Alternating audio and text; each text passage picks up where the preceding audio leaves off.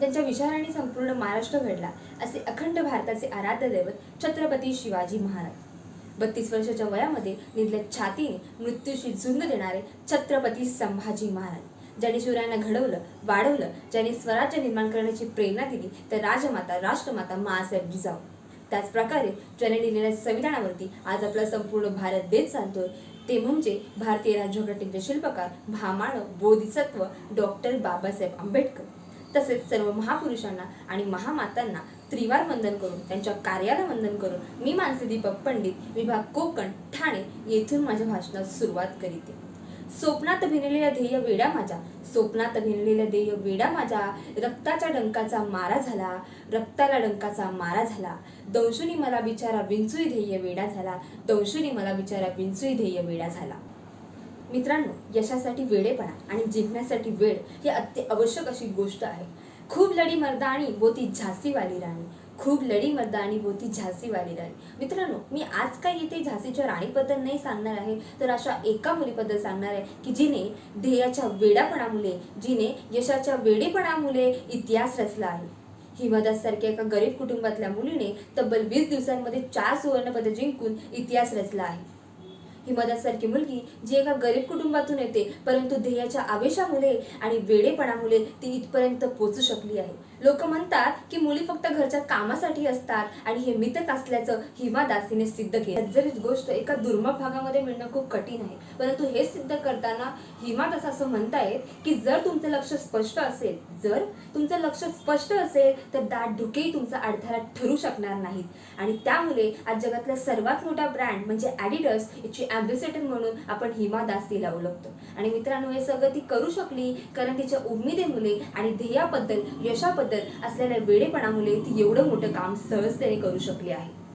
मित्रांनो, वेडेपणा ही कोणत्या यशामागे प्रेरित शक्ती आहे। तुम्ही तुमच्या कामामध्ये, तुमच्या कलेमध्ये इतका अचूक व्हा की जेव्हा तुम्ही तुमची कला, तुमचं काम इतरांसमोर सादर कराल तेव्हा त्या व्यक्तीने ती कला बघितल्यावरती तर जोपर्यंत दुसऱ्याला ती कला सांगत नाही तोपर्यंत त्याला झोप लागणार नाही, एवढा आपल्या कलेमध्ये माहिर व्हा।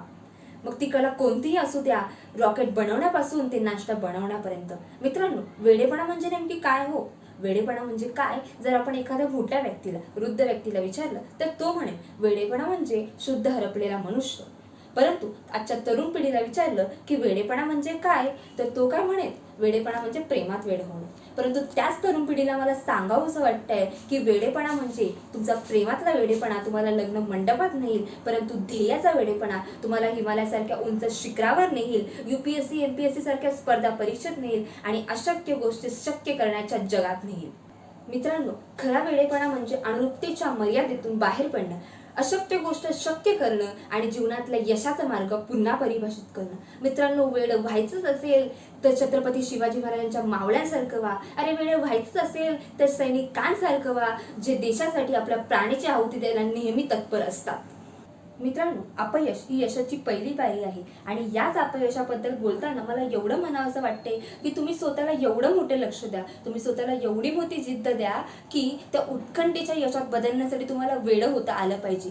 जेव्हा तुम्ही एखाद्या इतरांना दोष देतो, आपल्या अपयशासाठी आपण संसाधनाच्या कमतरतेवरती दोष लावतो, परंतु मित्रांनो, ती संसाधने फक्त एक आवश्यक गोष्ट आहे, पण त्यासाठी महत्त्वाची गोष्ट म्हणजे फक्त एकच आहे आणि ती म्हणजे निर्धार, जिंकण्याचा निर्धार, त्यानंतर आपल्या उद्दिष्टापर्यंत पोहोचवण्यासाठीचा निर्धार, एक दृढ निश्चय, आपला इतिहास घडवण्याचा निर्धार आणि आपल्या उद्दिष्टासाठी पोहोचवण्यापर्यंतचा निर्धार म्हणजे असा की आपल्याला आपल्या अंतःकरणात आणि आपल्या मनातला वेडेपणा जागृत करता आला पाहिजे। मित्रांनो, इतिहासातल्या प्रत्येक विजेत्याकडे ते वेडेपणा होता आणि तो आपल्याकडे असलाच पाहिजे, कारण आपण इथे इतिहास वाचण्यासाठी नाही तर इतिहास घडवण्यासाठी जन्माला आले आहोत। मित्रांनो, शेवटी एवढंच म्हणेन, या जगात जगताना भरभरून जगता आलं पाहिजे, या जगात जगताना भरभरून जगता आलं पाहिजे। वेड लावणाऱ्या असंख्य गोष्टी अवतीभोवती आहेत, वेड लावणाऱ्या असंख्य गोष्टी अवतीभोवती आहेत, फक्त थोडं वेड होता आलं पाहिजे।